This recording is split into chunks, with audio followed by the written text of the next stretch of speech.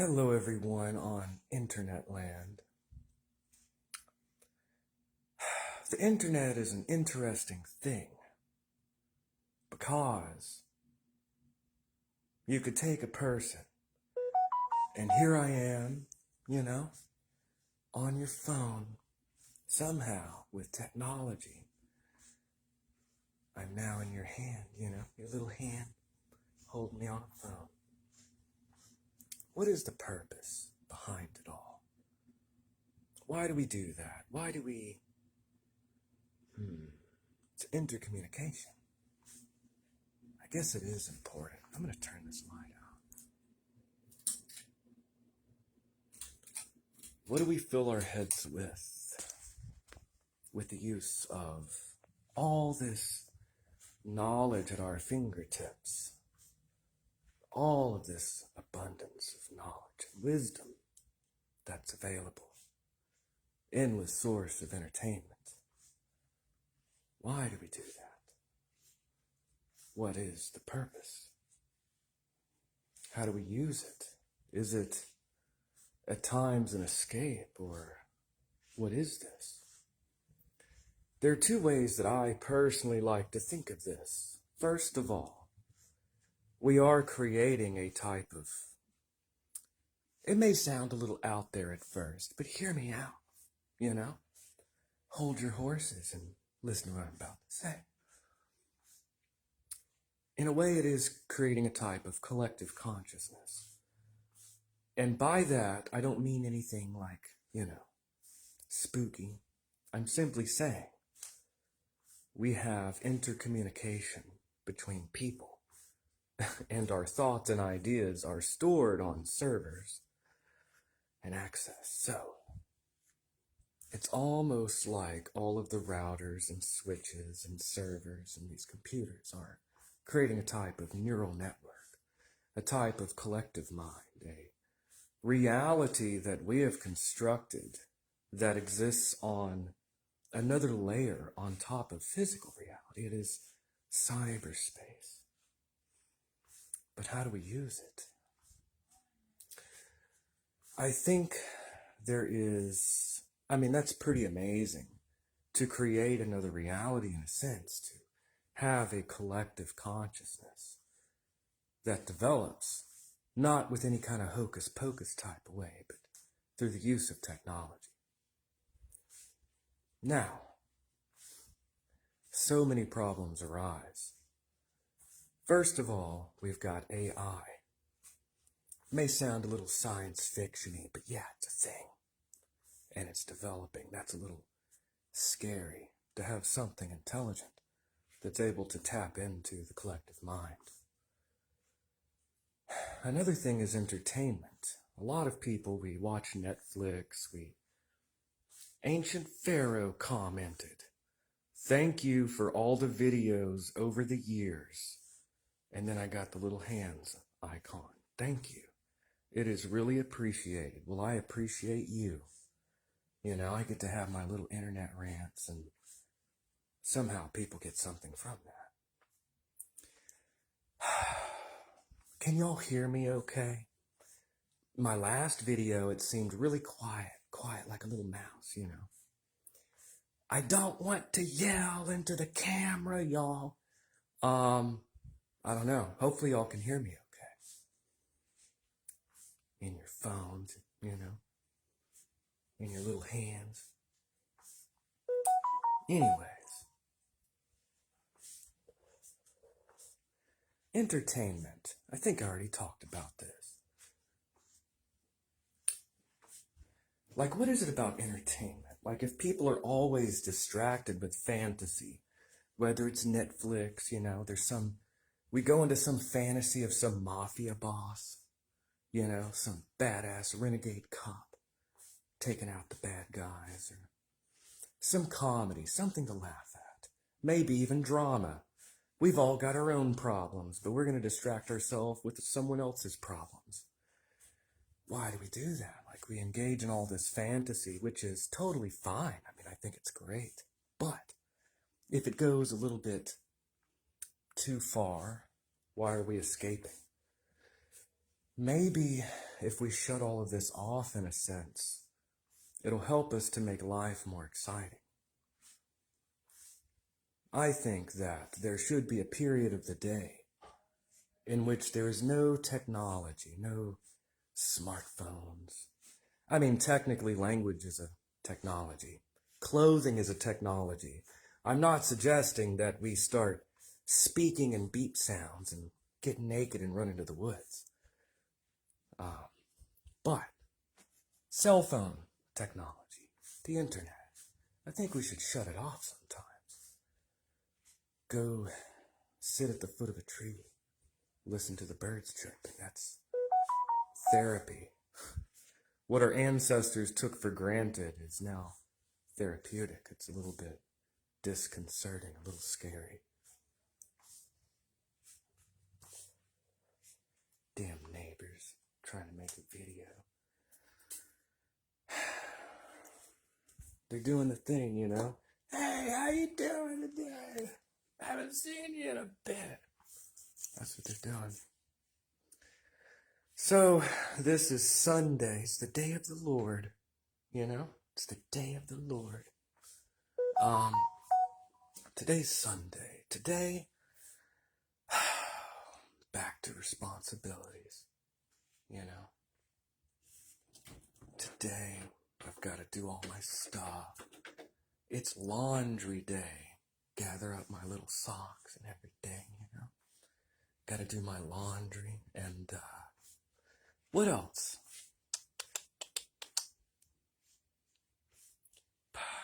I've got stuff to do. I know I do. Come on, Clint. We got to get this show on the road. It's Sunday. We are creatures of habit. Every day we've got our routine.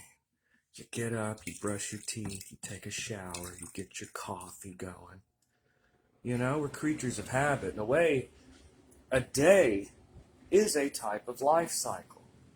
Symbolically, metaphorically speaking, a day is a life cycle.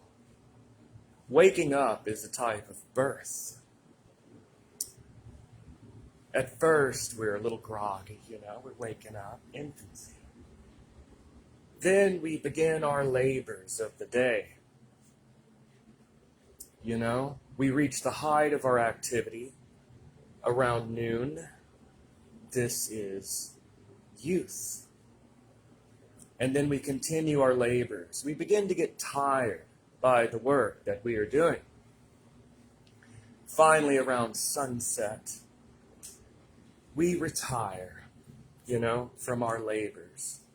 We enter a period of rest. This is kind of like old age. Finally, right at bedtime, we lie down, we become what appears to be lifeless, no movement, and we enter into the realm of dreams. This could be seen metaphorically as a type of afterlife. I'm not saying literally, I'm saying, metaphorically speaking, an analogy, you could say that a day is a life cycle. We are creatures of habit. And I think that this is partially why the ancients profess such a strong belief in reincarnation in many places around the world. We see cycles everywhere, as above, so below. So by contemplating upon life and nature, certain things were proposed. We are using the seen to access and talk about the unseen. Because how do you access what is unseen except by the seen? So, the book of nature, we look at what we can see and hear as a way to theorize, to think about. We're using it to project onto the unseen world in which they say we don't have access. That's what they say. Ancient Pharaoh says, all good here. Well, I'm glad. Oh, it's also tiring in a way.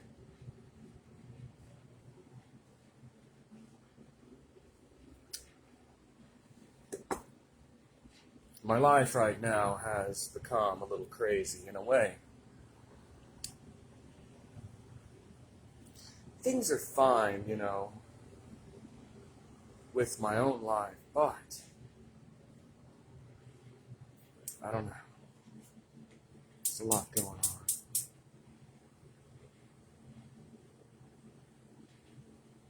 There's only so much that you share with strangers around the world holding you in their pockets.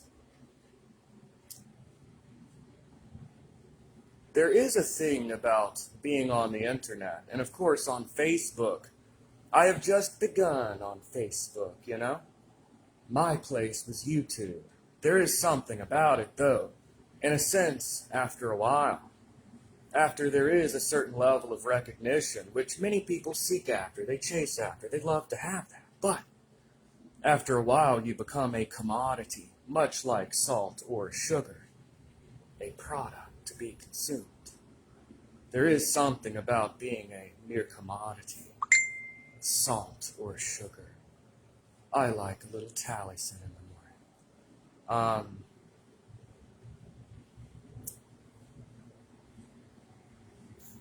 In a way, I don't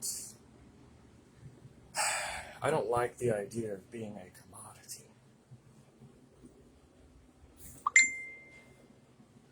But without people being a commodity, salt or sugar, a product, then we would not have any of the things that we see around us. We wouldn't have any of these, not comparing myself, but like authors and all these things, you know?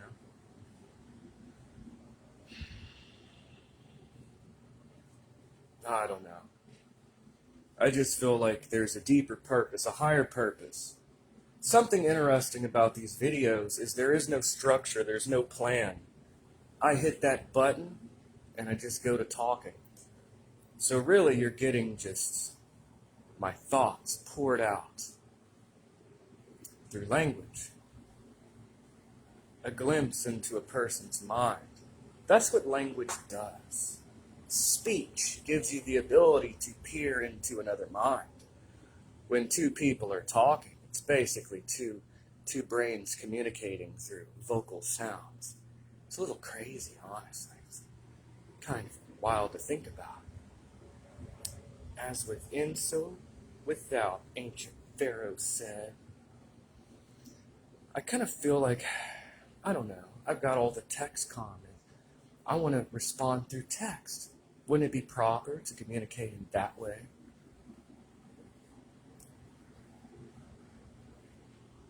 I don't know.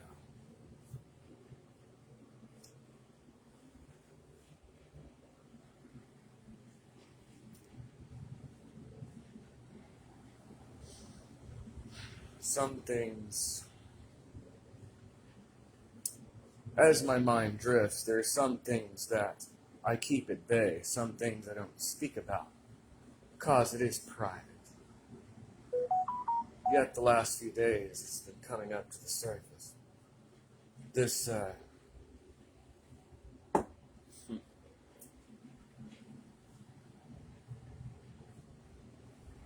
I've been through a lot, you know? I'm not going to put this on the internet. I'm not going to talk about it. It's a very private matter. I've been put through hell in some ways. A lot of drama.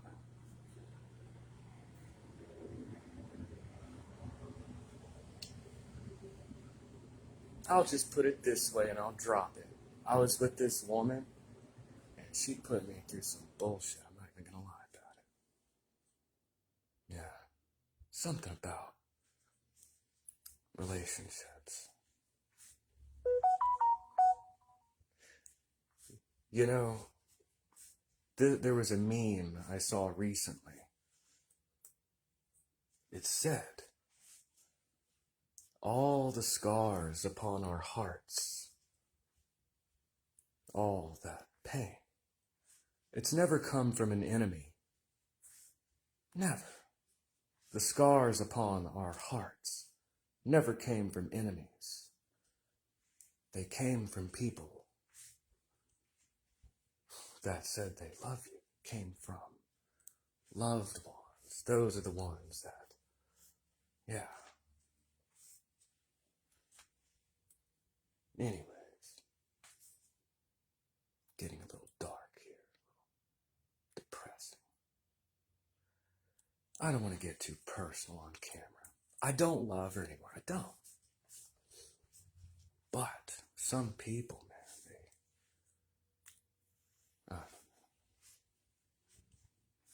they... way too personal in today's video. Alright.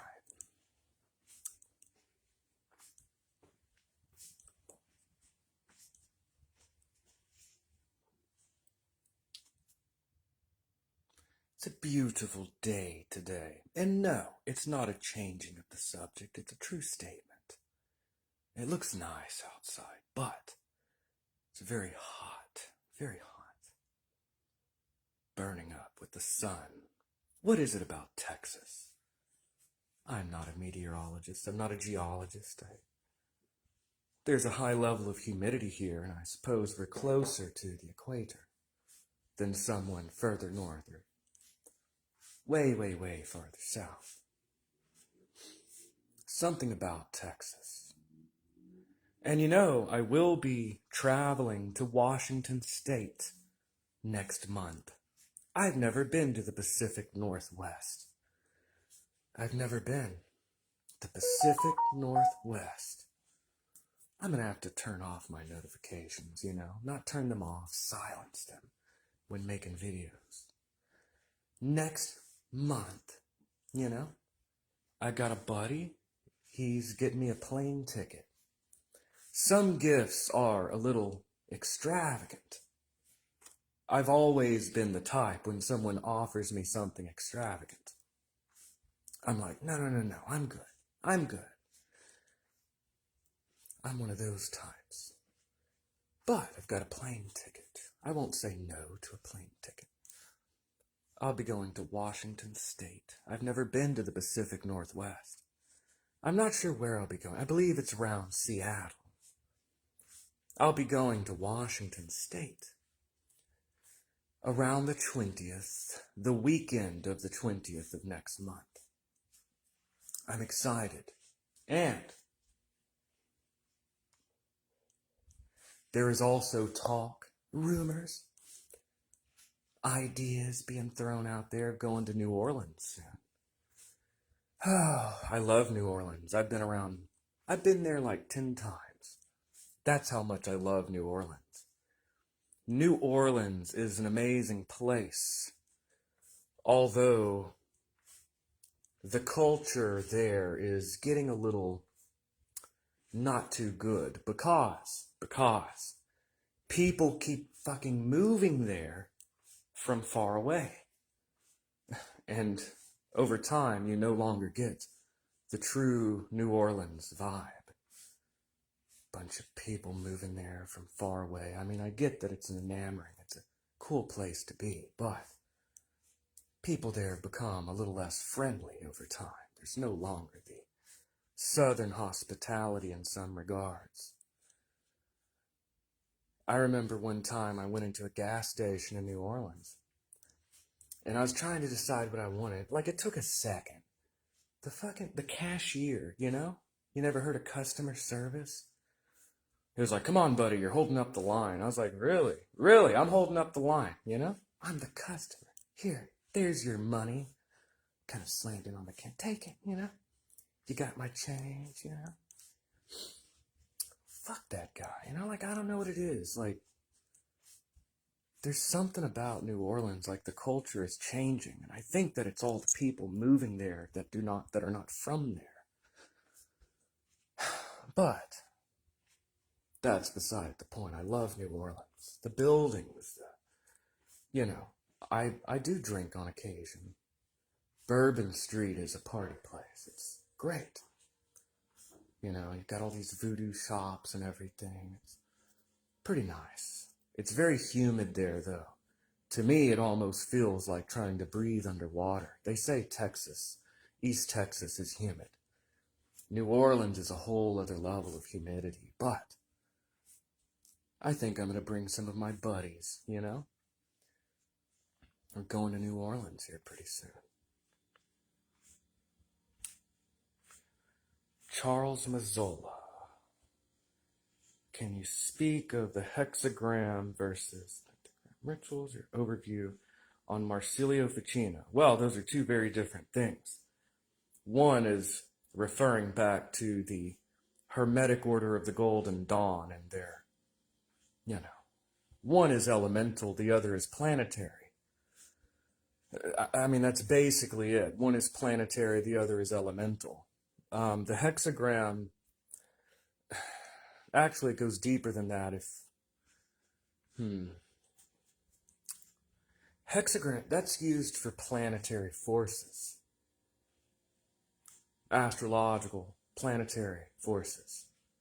Okay, calling forth Venus, getting rid of Venus, clearing the astrological air around you during Mercury retrograde, for example. That is the use of the hexagram. The other is more elemental. It's more of just a general cleansing, and some would put a distinction between macrocosm and microcosm.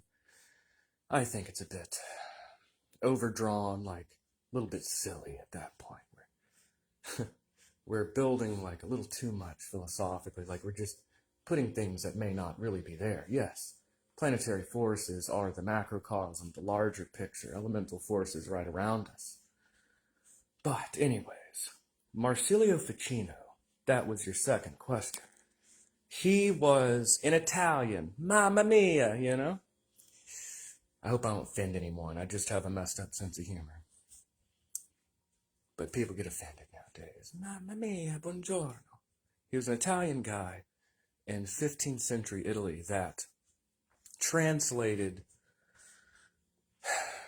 works of Plato that were not available in Western Europe. I kind of touched upon this yesterday. Like, they only had certain fragments of Plato in Western Europe.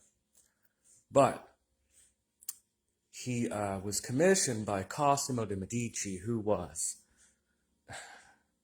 a banker, banking family for the Vatican, no less.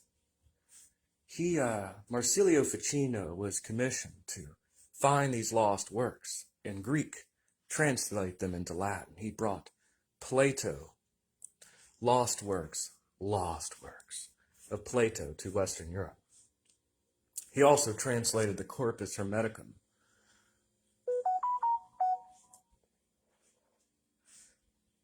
into Latin. And he was a Neoplatonist. He started a Platonic academy in 15th century Italy. He was very much behind the Renaissance revival in interest in classical learning, art, culture, architecture, philosophy. It was a revival because the Middle Ages, the medieval period, Petrarch coined the term Dark Ages because after the fall of Rome, there was a fall, a degradation. You see, we tend to think of society in terms of progress. This is not always the case. Society is not always progressing. This is a myth. Sometimes society falls back. We degrade, we move backwards, we decay. Stench of death. This is what happened after the fall of Rome. Those darn Romans. We need to get rid of them. And then what happened? The world was plunged into darkness. Sickness, war, plague. Large-scale illiteracy and ignorance. The lack of commerce, of economic development. The world was plunged into darkness. That's why the medieval period of Europe was called the Dark Ages. And the Renaissance, if you look at the word Renaissance, what does it mean? It means rebirth. Renaissance. It's French. Rebirth. What is being reborn? Classical knowledge. Classical meaning from the classical period, around 2,000 years ago. They were bringing back ancient Greek and Roman architecture and learning and philosophy. People were getting back into Stoicism and all of these things. Aristotle was always there, and a little sprinkling of Plato, but really developed and culminated. The Renaissance was a period of growth, but it was really a relearning. And Marsilio Ficino was at the center of this. He was one of those pivotal figures of history that helped to spawn a rebirth, a return to the classics. Anyways, I don't know if that was helpful or not, but there you go. That in a nutshell is my perspective on hexagram and all that, and then Marsilio Ficino. It's not Ficino, it's not Ficino. The C makes a ch in Italian before I and E. Sì, io parlo l'italiano, l'espagnolo, francese. Mi piace parlare altre lingue. All right.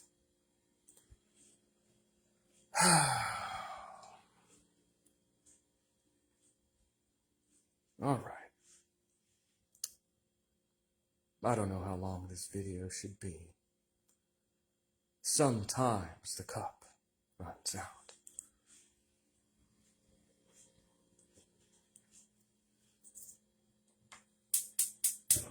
I don't know if I should really post this, because I did talk about something personal.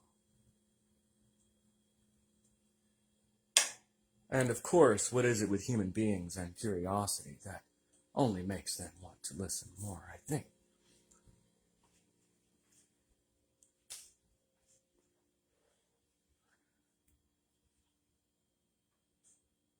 Yeah. So, next month around the 20th, I will be going...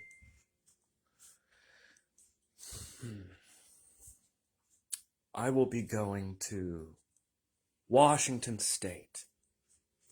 And the following month, August. Wait. No. I do have plans around the beginning of August. Wonderful plans. And then, New Orleans, here I come. New Orleans, here I come, y'all. I'm going to bring my friend John. We've been friends for around 15 years, John and I. He's a good buddy. My friend ID, he's from Nigeria.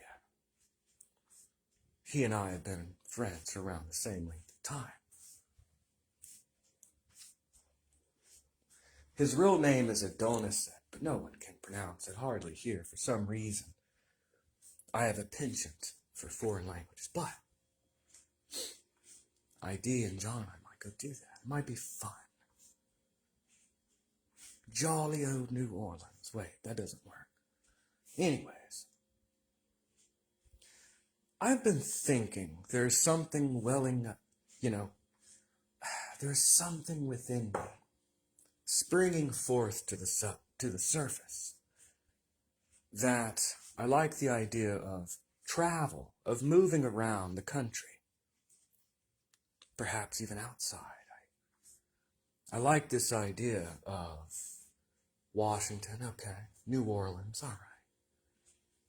Maybe I'll go visit this place and that place. I might start moving around, visiting different places. For some odd reason, I do think that there is timing, there is something to time and a human being. Because you have to add that human element to it. At this time, I'm beginning to feel this urge that I've never had before. Not quite like this. I feel the desire to travel around a little bit the country.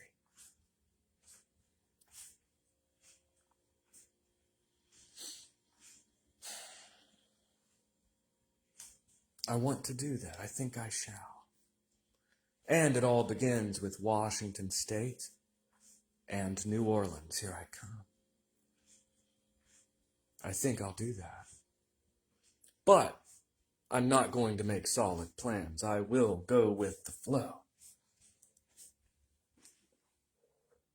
See how it goes, y'all. Charles Mazzola says, do you think you'll ever repost any old lectures? Yes, some of them. I have my quirks. I do. I'm a quirky individual. One of my many quirks is procrastination. And I understand that that is wrong of me because this impacts other people. But you also have to look at it like this. It is my material. It is my work that I provided for free. I got nothing out of it, at least monetarily speaking. This is my work. Yes, I plan to do that, but I plan to be selective. I don't want to be the occult guy anymore. It's not my desire.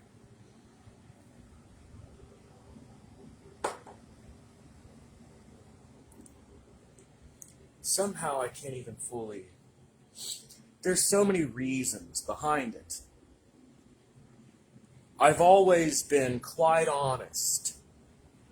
Very honest. There is no smoke and mirrors with me. There is no falsity, and that is what you see with anyone in the public eye. Usually, there is a falsity, a false front, a persona, a mask.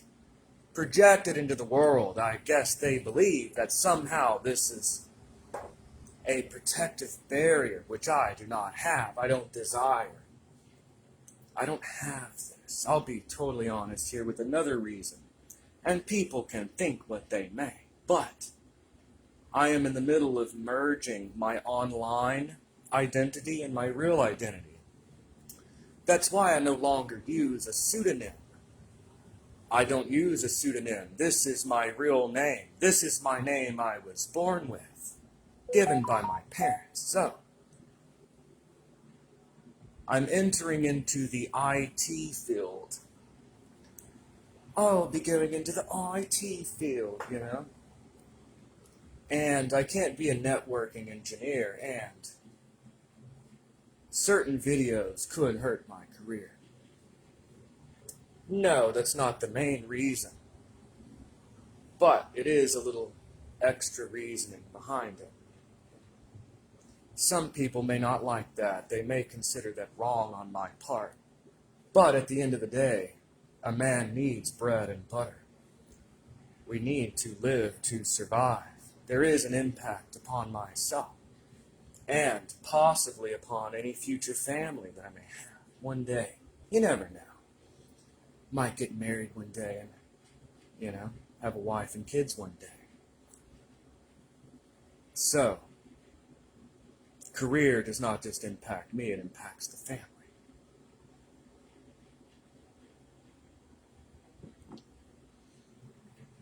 Charles Mazzola. Thanks for all the responses. Can you speak of the 4 adorations in the neophyte grade as far as the purpose or effect?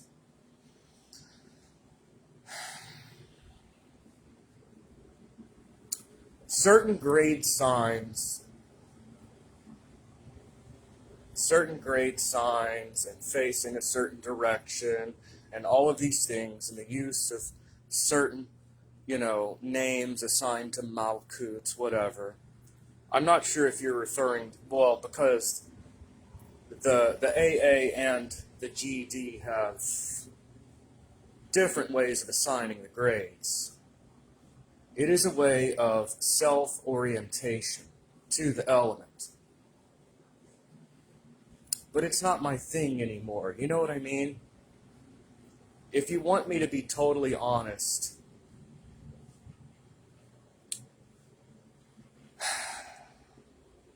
that'll piss some people off if I tell that.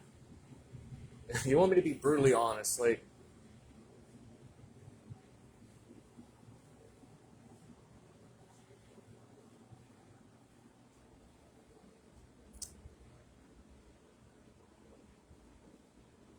what are you getting from that? Is it, if you look at the head of your lodge, Does he seem like really enlightened? Not even the head of your lodge. Go look at like the Grand Hierophant, whatever, the head of the order. Is he enlightened? Has he reached the thing? Has he gotten the summum bonum? You don't think people might kind of be spinning their wheels with some of this stuff and not really getting anywhere?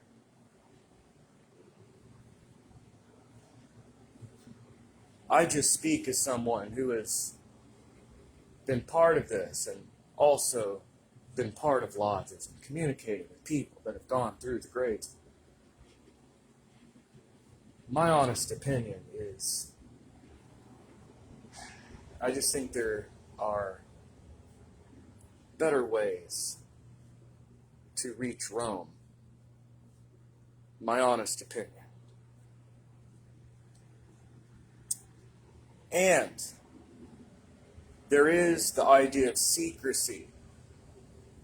Should I be talking about these things? And yet it's all published. That's another thing that I don't get about this stuff. You go join some order, and then you're sworn to secrecy, and given secrets that are all published in books, a great deal of it.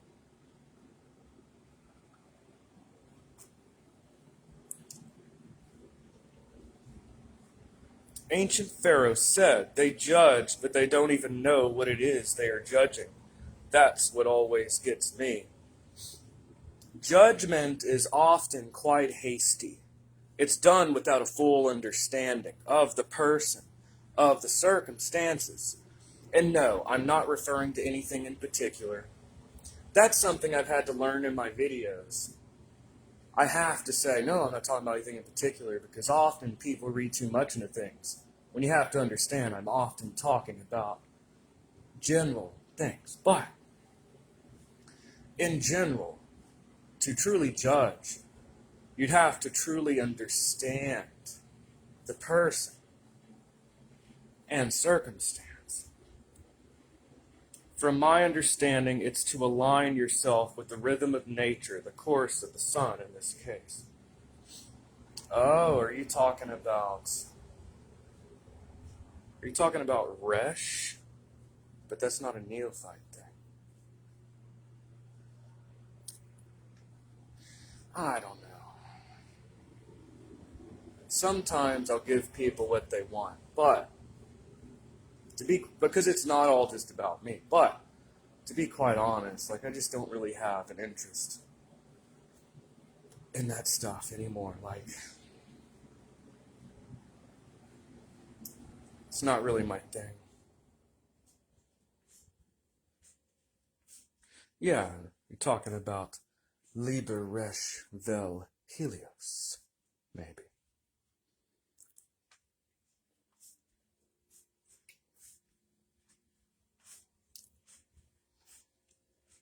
But that's Taliesin.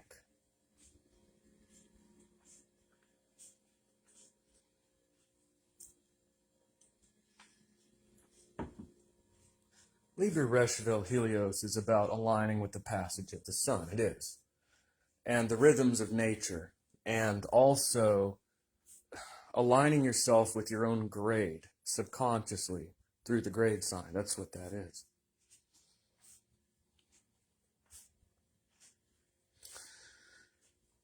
Anything else that y'all want to discuss? Because I am down to talk about things.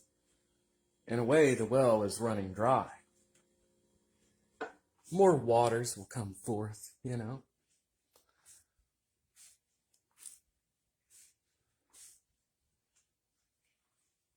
Liber Resh Vel Helios was developed by Crowley.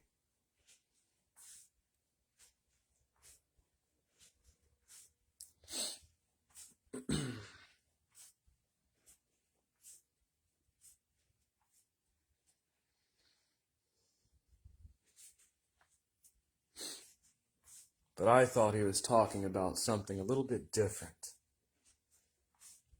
which I'm hesitant to talk about publicly on a video because it is supposed to be secret. It is. Top secret stamped on it. Even though it's been published. You gotta love Rigardi, you know?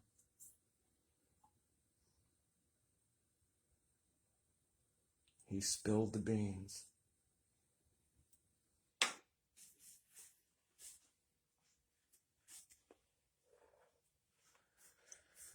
I really want to hear your thoughts on self-discipline and self-mastery. That's what ancient pharaohs said.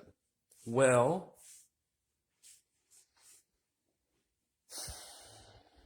that's what all these practices are for, okay? You could look at yoga. Why are they twisting themselves in pretzel shapes? You could say it has something to do with the spine or opening up the nadis. But also it is discipline. Yama and niyama have other aspects, but ultimately it's discipline. Control of the body and the breath and the mind. You can go into Buddhism. There's definitely a self-direction. You go to the Chuanjin. Lineage is, because there's more than one, the Chuanjin tradition of Taoism. These people would fast and sit in the snow and do all of these things in order to gain mastery over ourselves. You see it in the athlete. You see it in the singer. You see it in the college student working towards a degree for the future. You see it everywhere. Discipline. And yet there is another way. There is discipline, but there is something else. You know, I've always been a strict disciplinarian. Very strict on myself.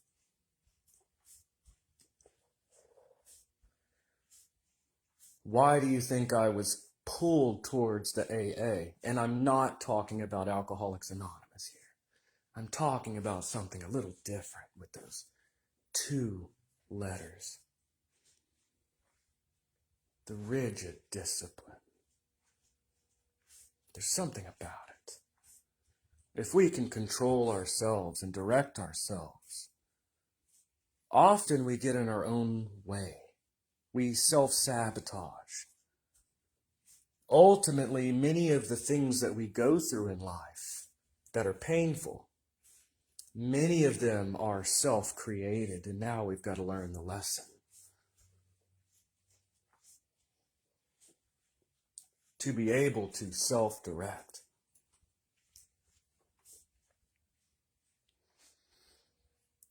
This is part of something that draws me to the concept of Wu Wei and Taoism. It's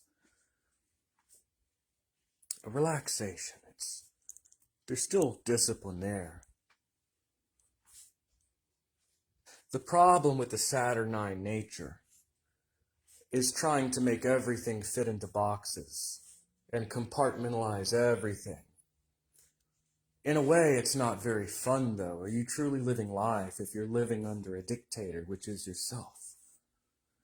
And another problem of the Saturnine nature is after we've conquered ourselves, sometimes we could be unforgiving of others and project that discipline outward. We can get a little bossy with other people. That is also the danger that could occur. Not everything can be controlled and directed. Sometimes we have to let things go with their own nature. The Saturnine qualities need to be balanced. They need to exist or there'd be no structure. But there has to be something else there. There needs to be a balance. All right. Let's see here.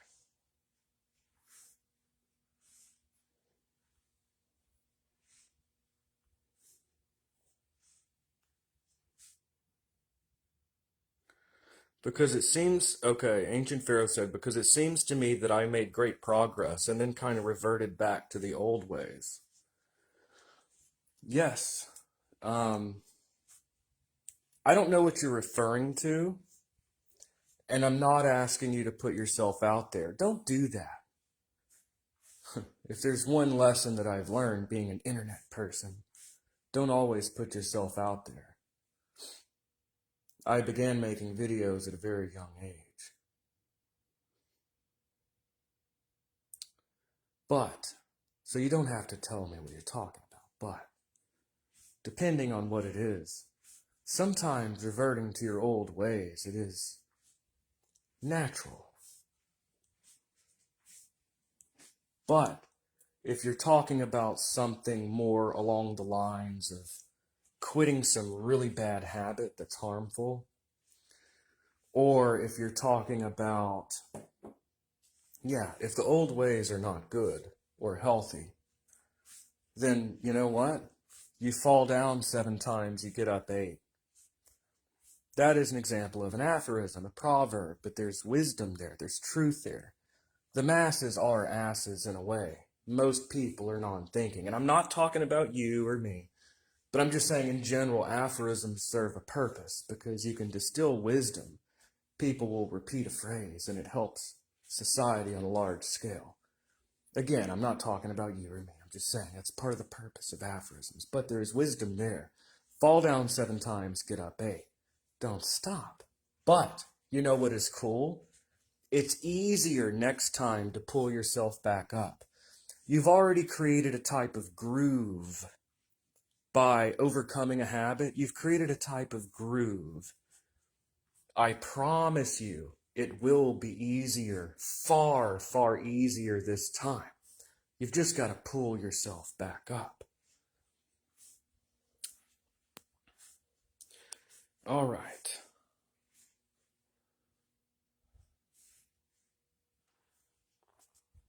What is with these? Every time I try to get to the comments, I'm trying to scroll up and it screws up. So how would one make it constant without outer pressure, if that makes sense? Does it have to be constant? I mean, it depends on what it is. How to make it constant. Maybe the problem is the desire. If you have the desire for whatever it may be, maybe that desire is the problem, that joy that you find that draws you into this. Maybe that is what needs to be uprooted.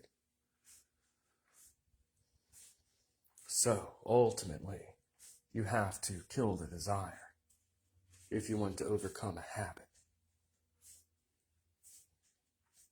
Ancient Pharaoh said, I mean, like I got complacent and stopped doing the work and trying my best, and now I'm feeling the consequences. Well, don't be discouraged. You know why? Because you're strong. You've got strength. And we all have weakness as well, but you have to be strong. Pull yourself back up. Developing strength, we're able to help other people. A parent cannot be a good parent if they don't even parent themselves or have that strength. And what I mean is, I don't mean that sometimes the way I say things, it comes out wrong. I don't mean it that. What I mean is, it's necessary to have that strength. There's no easy way. It would be nice if there was an easy way to do things. This is the struggle. If it's hard, if it's difficult, if you're going through trouble and trying to achieve something or overcome, that's what makes it powerful. That's what makes it beautiful. That is the thing. You have something, honestly, as odd as it may sound. That is something to be envied. That is a gift. It may be a very painful gift, but it's a gift nonetheless. You know your task. You know what to do. You know what to overcome, and slaying that beast, so to speak, conquering that dragon, if you look at different world, folklore, myths, legends, the knight slays the dragon to get the princess.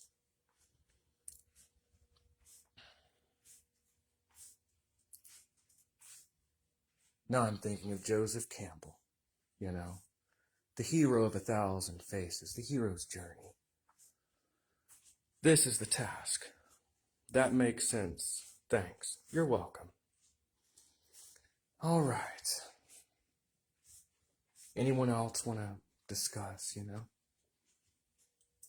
I am open to discuss whatever.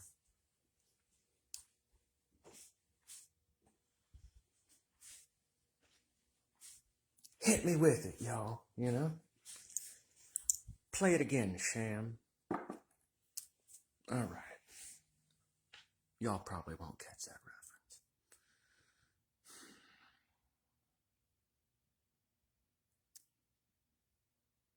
Growing up, my parents had a thing for old movies. My mom, really. Old black and white films. It's Humphrey Bogart. Play it again, Sham. What is that? Casablanca. Still can't get these old movies, these old references out of my head. Some of them aren't bad. The Long Hot Summer. That was a good film. In a way, we're detached from older culture.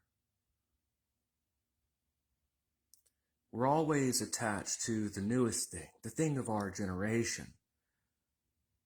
The thing about reading old books, watching old movies. Nah, it may not be cool, It may not be the cool kids thing to do. But watching old films, reading old books, it helps to eat away at the current paradigm. You're not so enwrapped in it. You're able to glimpse outside to a degree. There's something that fascinates me about society back then. And really, it was not that long ago. Everyone walking around wearing suits, Full suits walking around. Someone steps in front of them. Say, what's the big idea? What are you, some kind of wise guy, Say, what's the big idea? Oh, wise guy, eh? You some kind of wise guy? I most certainly am. I most certainly am. Look at the gams on that broad. Say, I don't know. There's something about that. Hello, Sarah, Rochelle Whitney Murray. Say, what's the big idea?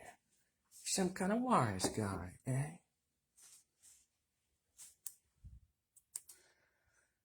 I like old films. Maybe I am a nerd in a way. I don't think so. I'm actually pretty popular. But I'm always outside the box.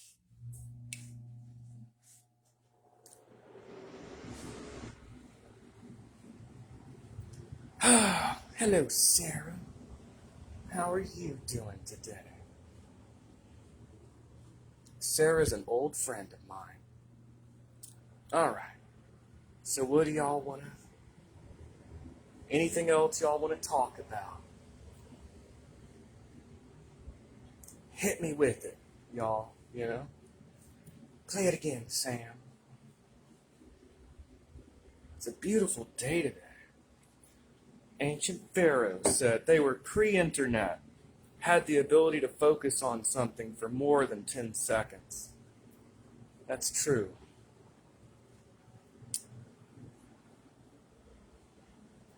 Sarah Rochelle Whitney Murray. Hello, I'm well, thank you. How are you? She said it the proper way. I'm well. I'm doing okay, It's Sunday. It's the day of the Lord. It is the day of the Lord.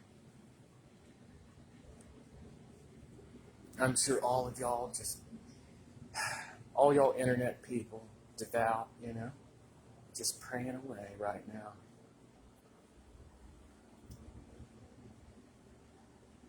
Don't do it too much, though, you know? A lot of y'all just need to tone down the whole church attendance. You need to tone it down a little bit. People are just flowing out of these churches like ants. It's getting a little ridiculous over here, you know? When y'all hear the church bells, don't go running right away.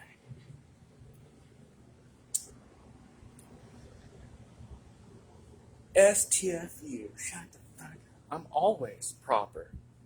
You are. You're very proper. You know, that's something I like about British English. I learned that. Proper is like good. I'm going to have a proper cup of tea. Proper cup of coffee. I like that. I think there's some things that we could borrow and use from our cousins across the pond, so to speak.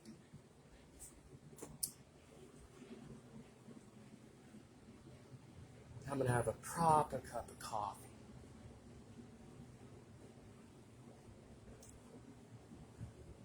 All right.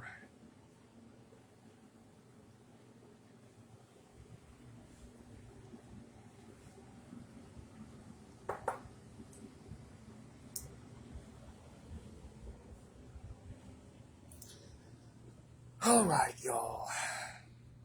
Unless anyone has anything else to discuss, I may draw this to a close.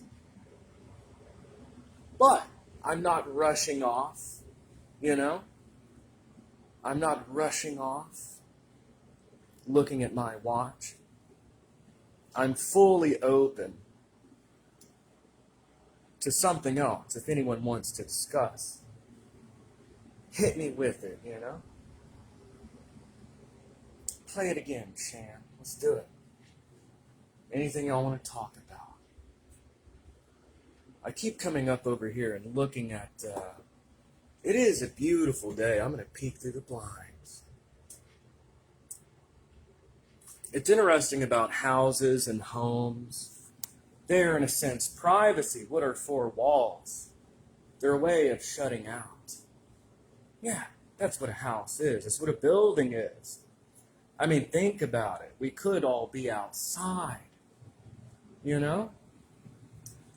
You could have the AT&T people outside. All their desks are outside, listening to the birds chirping, looking at nature while they do whatever, type on a computer, talk. That could happen. What if all these businesses were outside? What if our homes had no walls?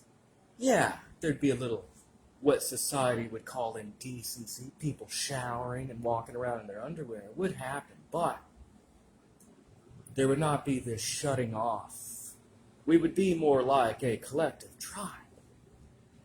Collective. But no, we enclose ourselves like a tomb into four walls. Go away, world. I'm sipping coffee, you know. But the other side of that coin is privacy. Privacy is important. It just strikes me how that's what a building is. That's what a house is. That's what these four walls are. It is a shutting out of the world. I think it's nice, though, to have one's own sanctuary, something marked off from the world as my own. But then again, everyone has gossip. No one wants the neighbors knowing all their business. But on the flip side of that, if everyone were exposed, then nobody would care because everyone would know how everyone is. They would just see how normal humanity is. Shame and guilt and fear would disappear. But we would be more like animals, in a way. Sorry, I kind of carried y'all on I don't know what I'm doing here. I'm just going down these different little rabbit holes. Let's see.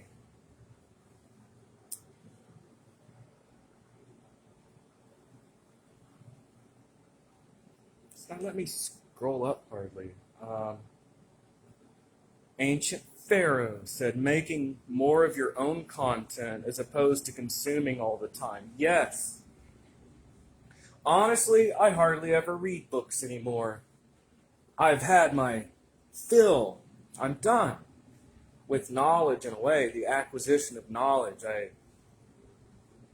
I'll still read a book. I'll still meditate upon a text. But back in the day, that's what I did, you know? I was always at study, you know?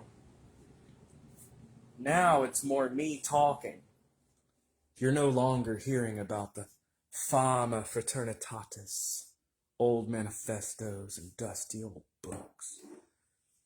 You know, you're no longer hearing as much. I'm no longer talking from a textbook. It's a peering into the soul, a sharing which takes place. Yeah, it's me, in a way. I am no longer, my videos are my own thoughts now. Going with the flow, the stream of thought, without any structure or class plan. No more ties for me with the blackboard. I may do that again. I could have Blackboard Tuesday, you know? It's going to be Blackboard Tuesday. Hello, class. Today we're going to be talking about Aristotle. That could be a thing. Books, movies, videos, whatever. Occupancy. Good evening. Hello, Lily. Let's see here. I'm getting some little heart reacts. I feel special. Get my heart reacts. All right. Books, movies, videos, whatever. You know what I like? I've always liked a little Shakespeare. Whence come you? Oh, wait a minute. That's something wrong. I'll be quiet. Make haste with thy departure. Felicia, you know? I like a little Shakespeare. It really helps us to delve into the worldview of someone from the 17th century. It's pretty cool. I like a little Shakespeare. Pretty soon they'll be banned from schools and universities for being offensive. That's going to happen. Believe me. There'll be no taming of the shrew in high schools. It'll be far too offensive. The taming of the shrew. It's not like we can just be adults and read literature, you know? They have to shield our eyes and our ears for betterment. Very sensitive people nowadays. No taming of the shrew in high school. No Merchant of Venice. I like Shakespeare, though. Lynn Schwam. Hello, Clint. Hello there. Sarah says, tomorrow, tomorrow, and tomorrow creeps in this petty pace from day to day, and all our yesterdays have lighted fools the way to dusty death. Oh my God. It's like I don't know, the pleasure that I get from that. I can't even put into words. Maybe it's just me. I get more out of that in a way than listening to Snoop Dogg or anything else. Ancient Pharaoh, that's scary. Yeah.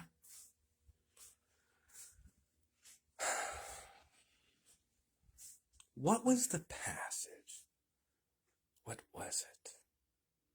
I was just quoting it last night. I love that passage from Shakespeare. I can't remember.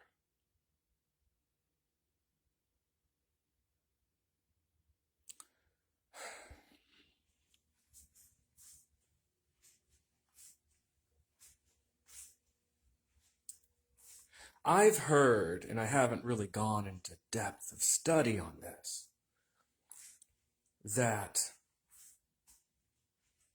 the Scandinavians used to bathe weekly, whereas in Britain it was about once a year.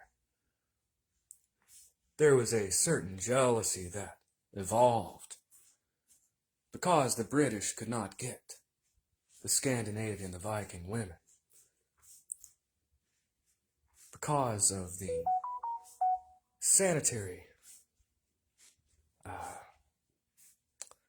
cleanliness that many of the quote-unquote Vikings, which is a profession, by the way, and not a people, they had. I don't know, one of those little tidbits. It's interesting.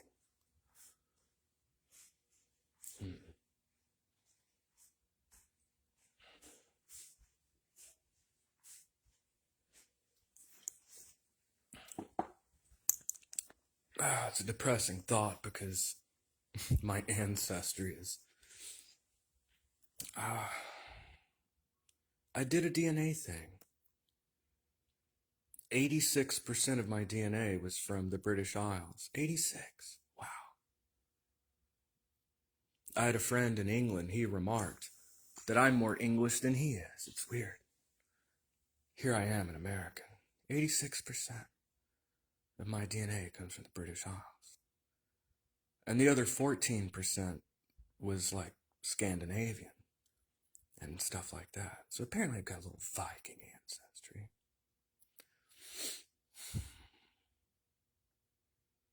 There is a question. How much of our genetic code makes up who we are? And how much of it is the environment? That's a whole can of worms. Even the quote-unquote experts haven't figured it out, completely yet. How much of me comes from my parents?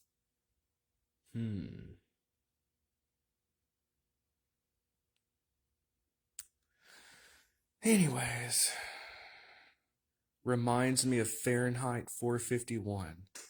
My ex-girlfriend from New Orleans.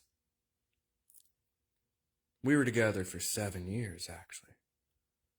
She was from Houma, Louisiana, which is about 45 minutes south of New Orleans. Part of the reason I'd go to New Orleans so much. She was really into that book, Fahrenheit 451. Fahrenheit 451.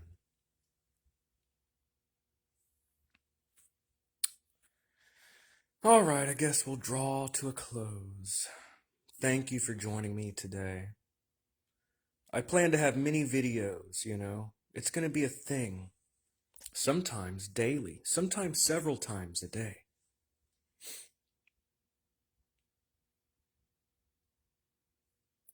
More to come, everyone. Thank you for joining me. I hope everyone's having a wonderful Sunday, and I will see y'all next time. Have a great day, y'all.